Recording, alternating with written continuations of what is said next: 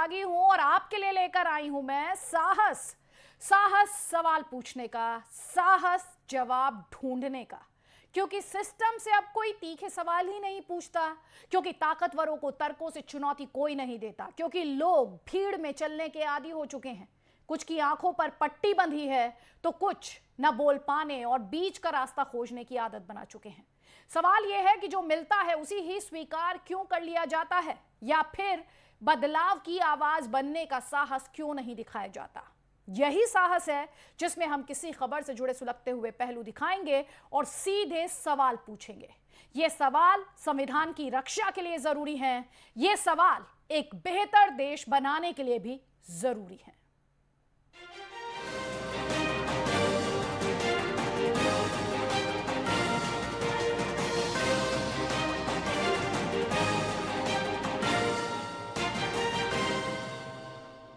स्वराज मेरा जन्मसिद्ध अधिकार है।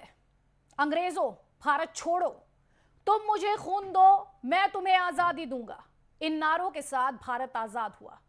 फिर इनकी जगह गरीबी हटाओ और हर हाथ को काम जैसे नारों ने ले ली। सड़क, बिजली, पानी, नौकरी, रोजगार जैसे वादों पर राजनीति फली फूली। धर्म तब भी था, लेकिन पर्सनल सब्जेक्ट था।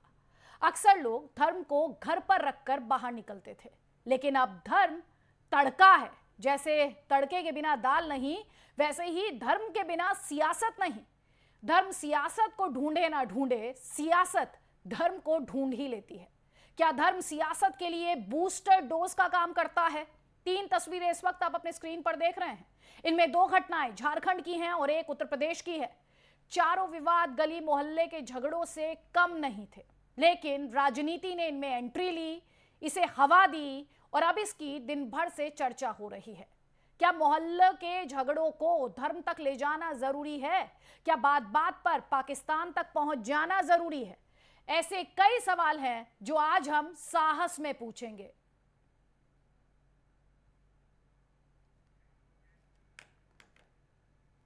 और हमारे साथ इस वक्त वरिष्ठ अधिवक्ता विष्णु शंकर जैन हैं और सवाल कई हैं। विष्णु जी, बहुत बहुत स्वागत है जी न्यूज के लिए वक्त निकालने के लिए। और यहाँ पर हम अपने दर्शकों को ये जो स्पेशल प्रोग्राम हम लेकर आए हैं, ये जो हमारा स्पेशल इनिशिएटिव है, इसके माध्यम से हम कोशिश उन सवालों को उठाने की कर रहे हैं जो इस वक्त कोई नहीं पूछ रहा है विष्णु जी। और सवाल यही है, जैसा कि हमने अपने दर्शकों को दिखाया भी, क्या गली मोहल्ले के झगड़ों में भी धर्म का तड़का लगाना अब जरूरी हो गया है? और जैसा कि बार बार सवाल उठा है, आप भी लगातार खबरें पढ़ रहे होंगे, खबरें देख रहे होंगे, सवाल यह भी उठा है, क्या भारत हिंदू राष्ट्र बनने जा रहा है? जी देखिए, मैं ऐसा मानता हूं कि जिस तरह से इस देश में एक तरह का एक ऐसा वातावरण उत्पन्न किया जा रहा है जहां पे जो लोग सवाल पूछना चाहते हैं या जो आदमी अपने बिलीफ को मानना चाहते हैं और अपने बिलीफ को वो एग्जीक्यूट नहीं कर पा रहे, तो वहां पे दिक्कत आ रही है। जो मॉबोक्रेसी में विश्वास करते हैं, जो ये चाहते हैं कि नहीं उनका ही बिलीफ सुप्रीम है और कोई और बिलीफ नहीं यहाँ पे चल सकता है, वहां पे दिक्कत आ रही है। यहाँ पे ये दिक्कत है जो लोग ये कह रहे हैं कि गुस्ताखे रसूल की एक ही सजा, सर तन से जुदा, सर तन से जुदा, और ऐसे नारे लग रहे हैं और कोई एक्शन नहीं लिया जा रहा है। यहाँ पे प्रॉब्लम आ रही है। और इसीलिए जो मैंने आपको यहाँ पे जितनी परिपेक्ष बताई, जितने में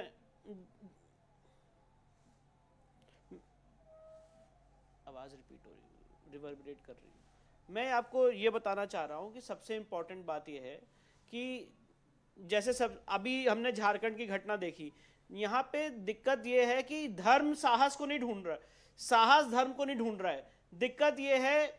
दिक्कत सिर्फ यह है कि जो लोग इस देश में अपनी बिलीफ को मानना चाहते हैं, एग्जीक्यूट करना चाहते हैं, आप उनको एग्जीक्यूट नहीं करने दे रहे, आप उनको उनकी बात बोलने नहीं दे रहे। आज आपने इस शो की शुरुआत की साहस से, मैं आपको ये उदाहरण देना चाहता हूं अदिति जी। इस देश में जो लोग जंतर मंतर पे गए थे अपनी आवाज को लेके, अपनी मांग को लेके, क्या आपको पता है आज जब हम और आप हिंदू राष्ट्र की डिस्कशन कर रहे हैं, कुछ लोगों ने हिंदू राष्ट्र की मांग की थी और उस मांग को लेके अरेस्ट हुए और ये सवाल पूछा गया कि हिंदू राष्ट्र की मांग करना हेट स्पीच है।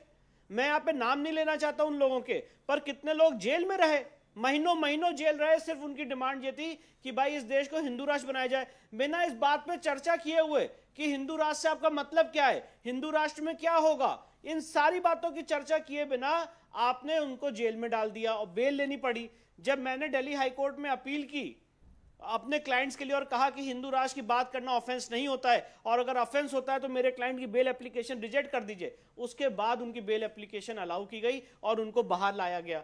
तो हमने तो ये दौर देखा है, हमने तो ये दौर देखा है जहां पे सेकुलरिज्म की आंधी ऐसी चली है, जहां पे अदिति जी आप मुझे बताइए कि केंद्र सरकार 5,200 करोड़ रुपए माइनॉरिटीज के लिए दे रही है, वफ के लिए इंटरेस्ट फ्री लोन दिया जा रहा है माइनॉरिटीज को यूपीएससी की कोचिंग के लिए। आपने ये कहा कि नहीं बिल्कुल हिंदू राष्ट्र की मांग उठाने वालों पर एक्शन लिया गया। देखिए मैं जो तस्वीरें दिखा रही हूँ, पथराव की तस्वीरें मैंने अभी दिखाई, जिस तरह से पथराव किया जा रहा है, जिस तरह से ये कानून को हाथ में लेने का काम किया जा रहा है, वो क्या कहता है धर्म के नाम पर, वो क्या कहता है? देखिए मैं यही बताने की कोशिश कर रहा हूं कि कुछ ऐसे पॉकेट्स बन गए हैं हिंदुस्तान में जहां पे अगर कुछ लोग मेजॉरिटी में हैं तो वो दूसरे को अपना धर्म एग्जीक्यूट करने नहीं दे रहे हैं। मैं आपको केरल की घटना बता रहा हूं जहां पे एक मंदिर को ये वार्निंग दी गई डिस्ट्रिक्ट एडमिनिस्ट्रेशन द्वारा कि आप सैफरन कलर हटा दीजिए। अभी हमने कल झारखंड की घटना देखी है जहां पे आदमी शिवरात्रि सेलिब्रेट करना चाहता है, नहीं कर पा रहा है, और ऐसे हजारों उदाहरण हैं। मैं तो खुद मूलतः लखनऊ से आता हूं, लखनऊ में, पुराने लखनऊ में आप अपनी यात्रा नहीं निकाल सकते। मैंने वो दौर देखा है अदिति जी, मेरे पास वो ऑर्डर रखा है, मैं आपसे शेयर करूंगा और रिक्वेस्ट करूंगा कृपया उसको दिखाइए। डिस्ट्रिक्ट मजिस्ट्रेट लखनऊ ने 2013 में अखिलेश यादव की गवर्नमेंट में ये ऑर्डर पास किया था कि एक पर्टिकुलर जगह से हिंदू लोग अपनी शोभा यात्रा नहीं निकाल सकते क्योंकि यहां पे मुस्लिम मेजॉरिटी में है और लॉ एंड ऑर्डर प्रॉब्लम हो सकती है। तो सवाल ये है, मेरा यही सवाल है आज आपके सामने कि ये कौन सी तरकीब है, ये कौन सी टेक्निक है कि जहां जहां अगर कोई एक पर्टिकुलर समाज के लोग अगर मेजॉरिटी में, तो वहां पे हम अपना धर्म एग्जीक्यूट नहीं कर सकते, वहां पे फंडामेंटल राइट कर्टेल हो जाता है, डिस्ट्रिक्ट एडमिनिस्ट्रेशन पंगु बन जाता है, राज्य सरकार चुप हो जाती है और कहती है कि प्रॉब्लम का रूट बदल लीजिए। विष्णु शंकर जैन जी, मेरा सवाल ये है, इसे माइनॉरिटी या मेजॉरिटी में बांटकर क्यों देखा जाए? हर बात को धार्मिक चश्मे से क्यों देखा जाए? गली नुक्कड़ की लड़ाई को भी धार्मिक चश्मे से क्यों देखा जाए? मैं बता रहा हूं, देखिए धार्मिक चश्मे से इसलिए देखा जाए क्योंकि धार्मिक चश्मे की, धर्म की वजह से ही लड़ाई हो रही है। जो लोगों को आज झारखंड में मारा गया, पेट्रोल बम फेंके गए, वो लोग तो अपने शिवरात्रि के लिए, अपने बाबा के लिए बारात की व्यवस्था कर रहे थे और वहां पे आपने पेट्रोल बम चला दिए। जब सरस्वती जी का प्रोसेशन लेके जा रहे होते हैं तो क्यों लोग सरस्वती जी को ऊपर से वहां पे पत्थर फेंक देते हैं और उनकी मूर्तियां तोड़ देते हैं? क्यों काशी विश्वनाथ में, अभी मैं आपको घटना बता रहा हूं बनारस की, क्यों शिवलिंग को तोड़ दिया गया? क्यों मंदिरों को रोज तोड़ा जा रहा है?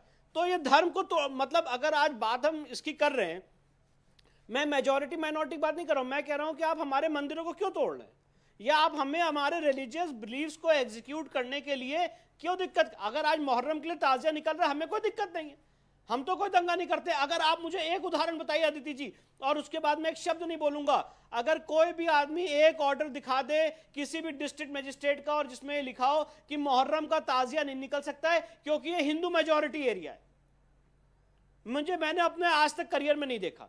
पर मैं आपको उसके अलहदा उदाहरण बता रहा हूं जहां पे ये बातें सामने आ रही हैं कि भैया यहां से आप प्रोसेशन नहीं निकाल सकते हैं, दुर्गा जी की यात्रा नहीं निकाल सकते, सरस्वती जी की यात्रा नहीं निकाल सकते हैं, भगवान शिव की यात्रा नहीं निकाल सकते क्योंकि मुस्लिम मेजॉरिटी एरिया है। तो हम यहाँ पे किसी भी चीज को धर्म के चश्मे से नहीं देख रहे। क्या हम तो ये कह रहे हैं कि जो आज का संविधान, एक सेकंड, क्या कॉन्स्टिट्यूशन उसकी इजाजत देता है? क्योंकि मैं जब ये सवाल पूछ रही हूँ आज, तो 3 जगहों की घटनाओं के बारे में यहाँ पर हम दिखा रहे हैं, पलामू, देवघर, बांदा, वहां पर कानून को किस तरह से हाथ में लिया गया है वो मैं आपको दिखा रही हूं, और इसीलिए बहुत सेंसिटिविटी के साथ, बहुत संवेदनशीलता के साथ मैं आपसे ये सवाल पूछ रही हूं।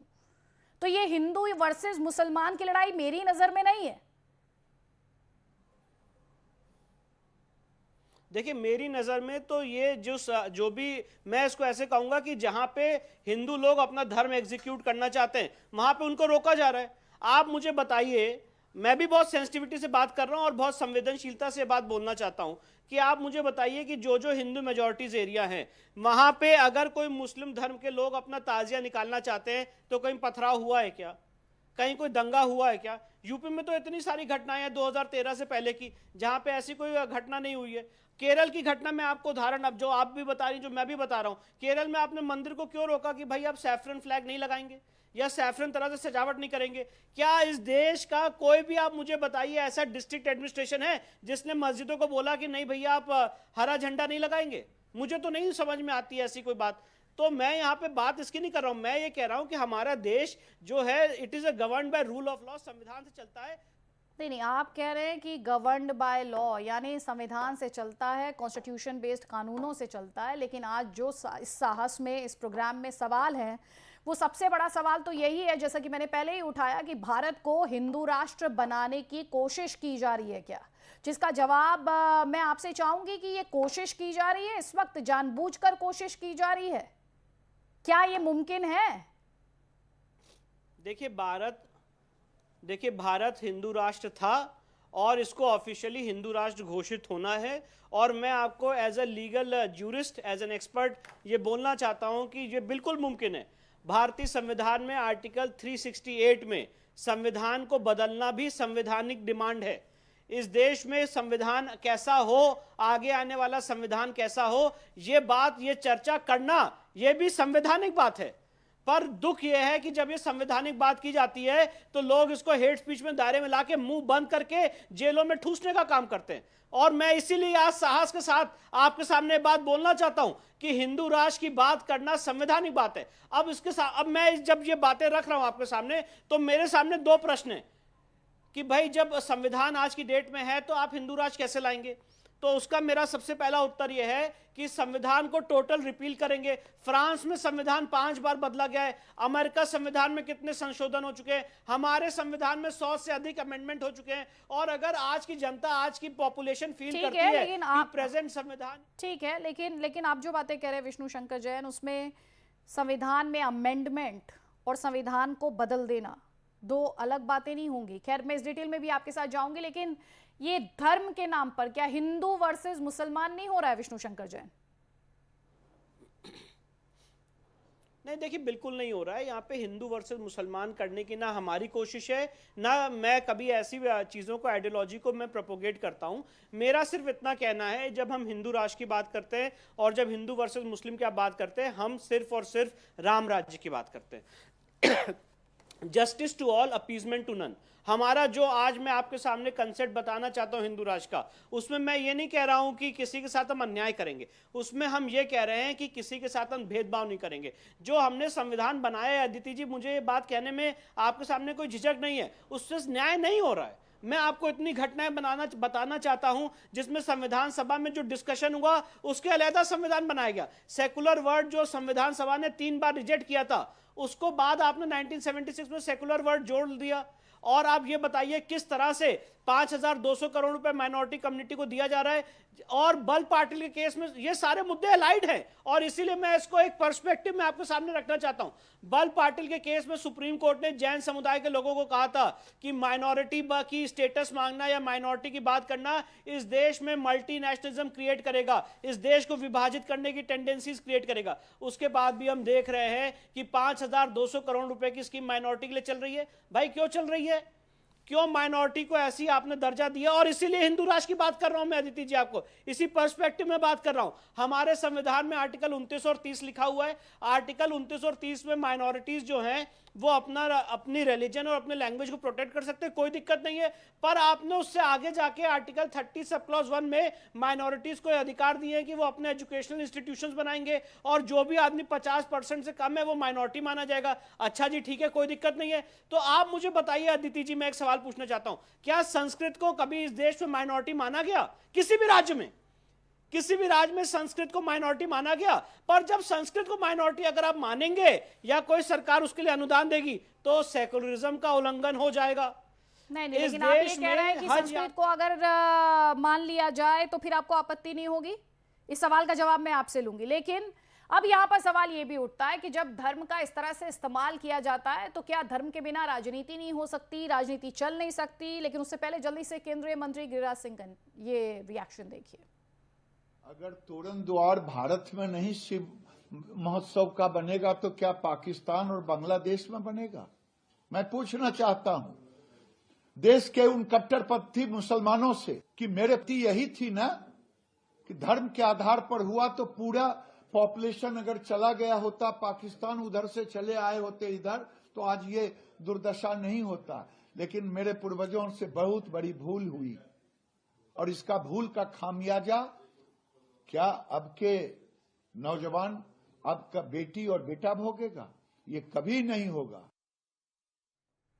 तो आप सुन रहे हैं गिरिराज सिंह पाकिस्तान का जिक्र यहाँ पर कर रहे हैं, लेकिन सवाल ये भी उठता है यहाँ पर विष्णु शंकर जैन, क्या राजनीति धर्म के बिना चल नहीं सकती और ये पाकिस्तान का जिक्र करने की क्या जरूरत थी भाई? देखिए, सबसे इंपॉर्टेंट बात यह है अदिति जी, जब हम हिंदू राष्ट्र की बात करते हैं उसका मतलब यह है कि धर्म के हिसाब से राजनीति चलेगी।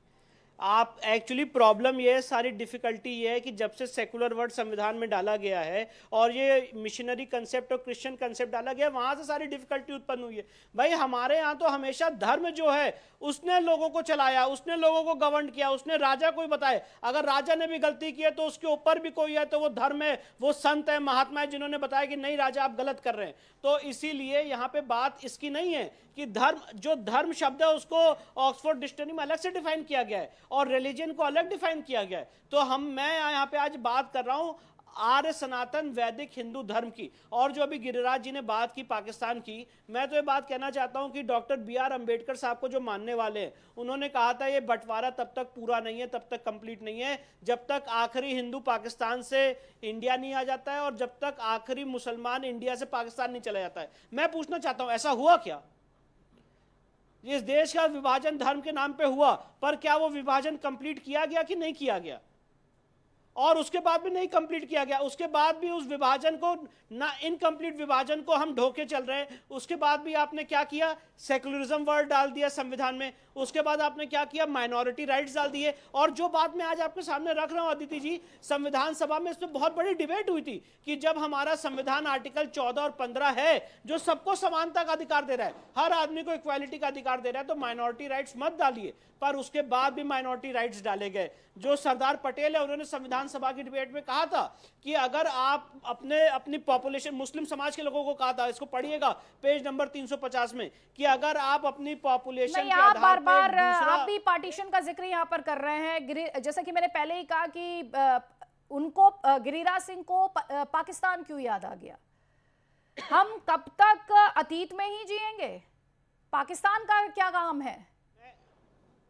नहीं, तो आज प्रेजेंट मैं ये पूछना चाहता हूं, आज प्रेजेंट में ऐसे क्यों पैचेस बन गए हैं जहां पे हम तोरण द्वार नहीं बना सकते, जहां पे हम शोभा यात्रा नहीं निकाल सकते? ये मैं सवाल पूछना चाहता हूं। मैं पूछना चाहता हूं कि क्यों बाराबंकी में एक ऐसी जगह है, एक ऐसी लोकेलिटी है जहां पे हिंदू शोभा यात्रा नहीं निकाल सकते?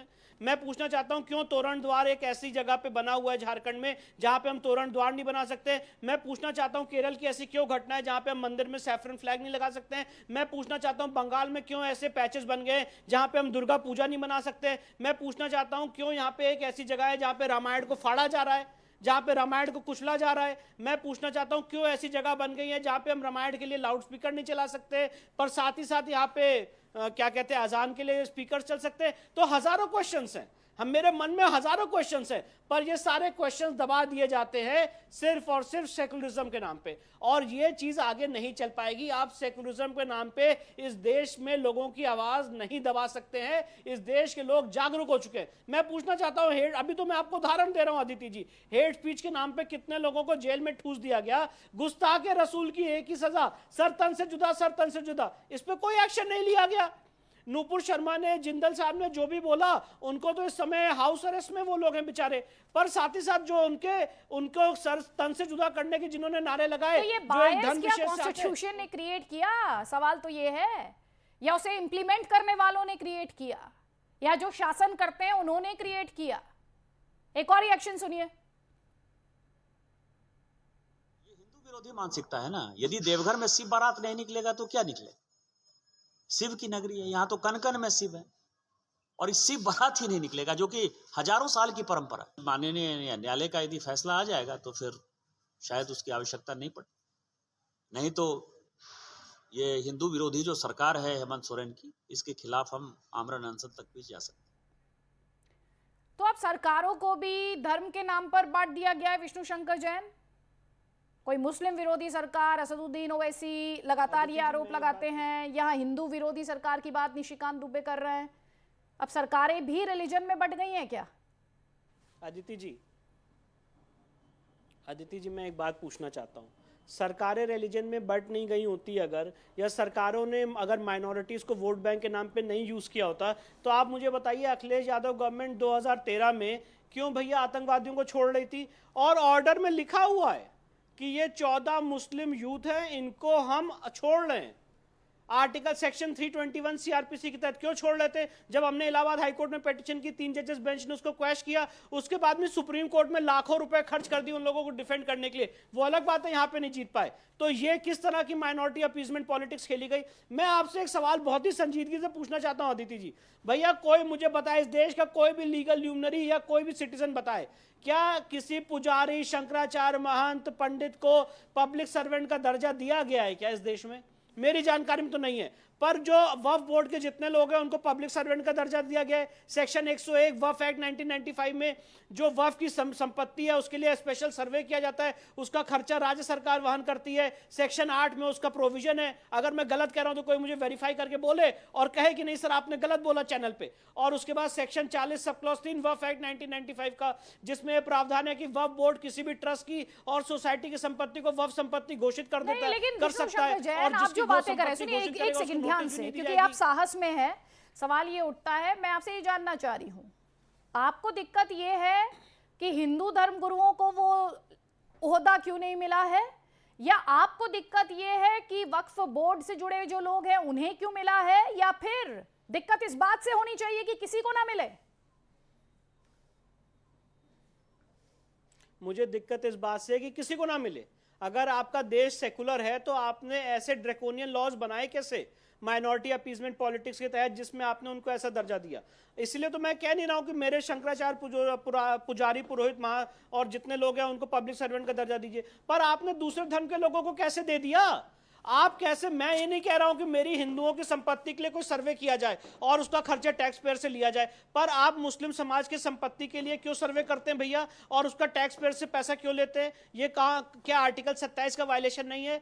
तो ये सारी चीजें सिर्फ और सिर्फ एक अपीजमेंट पॉलिटिक्स के तहत हुई है, और मेरा यही मुद्दा है। मैं ये बोलना चाहता हूं अदिति जी बहुत ही विनम्रता से और शालीनता से, अगर आज कोई हिंदू की संपत्ति कैप्चर कर लेता है तो मुझे सिविल कोर्ट में एक लंबी लीगल लड़ाई लड़नी पड़ती, 20 साल तक दीवानी मुकदमा लड़ना पड़ता है। पर वक्फ बोर्ड को आपने पावर दी है सेक्शन 53-54 में कि वो डीएम-एसएसपी को कह सकता है कि भैया निकलो और कंप्लायंस रिपोर्ट मुझे सबमिट करो। तो ये कौन सा कानून है? अगर कोई आपने स्पेशल ट्राइब्यूनल बनाया, वक्फ ट्राइब्यूनल, जिसमें इस्लामिक लॉ का जानकार होगा, कोई शंकराचार्य को आपने जज बना के बैठाया है क्या इस देश में? विष्णु शंकर जैन जी, मुझे अच्छा लगा आप उसी पॉइंट पर आए जो मैंने कहा, क्या संविधान में प्रावधान नहीं है, या प्रावधान को इंप्लीमेंट नहीं किया जा रहा, उसे स्ट्रिक्टली फॉलो नहीं किया जा रहा? आपने खुद ये कहा कि कॉन्स्टिट्यूशन के आर्टिकल 27 को वायलेट करता है वो, मुझे ये अच्छा लगा। असदुद्दीन ओवैसी क्या कह रहे हैं मैं चाहती हूँ एक बार आप सुने और फिर मैं आपका जवाब लूंगी।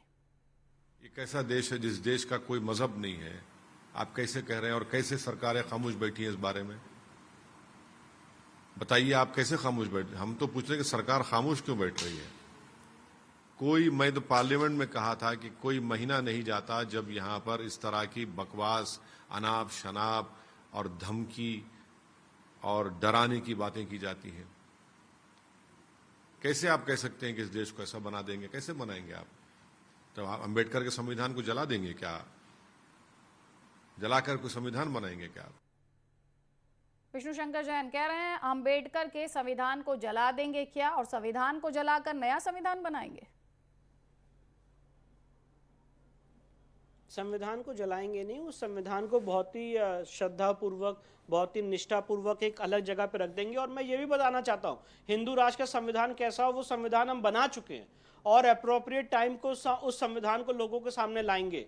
मेरे पिताजी हरिशंकर जैन साहब उस संविधान की ड्राफ्टिंग कर चुके हैं। हमारा ड्राफ्ट रेडी है कि हिंदू राष्ट्र का संविधान कैसा हो, और अप्रोप्रिएट टाइम पे वो संविधान लोगों के सामने लाया जाएगा। और ये संविधान को बहुत ही श्रद्धापूर्वक हाथ जोड़ के विनम्रता से अलग कर देंगे, क्योंकि इस संविधान ने सिर्फ और सिर्फ अपीजमेंट पॉलिटिक्स को बढ़ावा दिया है। इस संविधान में जिस तरह के प्रोविजंस हैं वो ड्रैकोनियन है, वो गलत हैं, और उसका सबसे जीता जागता उदाहरण है आर्टिकल 2930। उसका सबसे ज्यादा जीता जागता उदाहरण है आर्टिकल 14 और 15। विष्णु शंकर जैन, इस देश की आबादी 140 करोड़ बना चुके हैं। नहीं, इस देश की आबादी 140 करोड़ है। आप इस देश के तमाम सिटीजन्स हाँ है, कॉन्स्टिट्यूशन ऑफ इंडिया से बंधे हुए हैं, सबकी लॉयल्टी उस कॉन्स्टिट्यूशन को है, जिसे आप ये कह रहे हैं हम श्रद्धापूर्वक पर उसे देश साइड का- में रख देंगे। जी बिल्कुल, क्योंकि संविधान को बदलना भी संवैधानिक डिमांड है, और इसलिए मैंने अपने ओपनिंग रिमार्क्स में कहा था कृपया करके आर्टिकल 368 अपने दर्शकों को दिखाएं, जिसमें ठीक लिखा है कि इस बहस संविधान को को हम रिपीट आगे किया जा सकता है। बढ़ाएंगे किसी और दिन, क्योंकि ये नेवर एंडिंग डिबेट है। आर्टिकल 368 का आपने जिक्र किया, अपने आप में बहुत इंटरेस्टिंग होगा इस मुद्दे पर भी डिबेट करना, क्योंकि यहाँ हम में साहस है सवाल पूछने का। एक छोटे से ब्रेक के लिए रुक रहे हैं।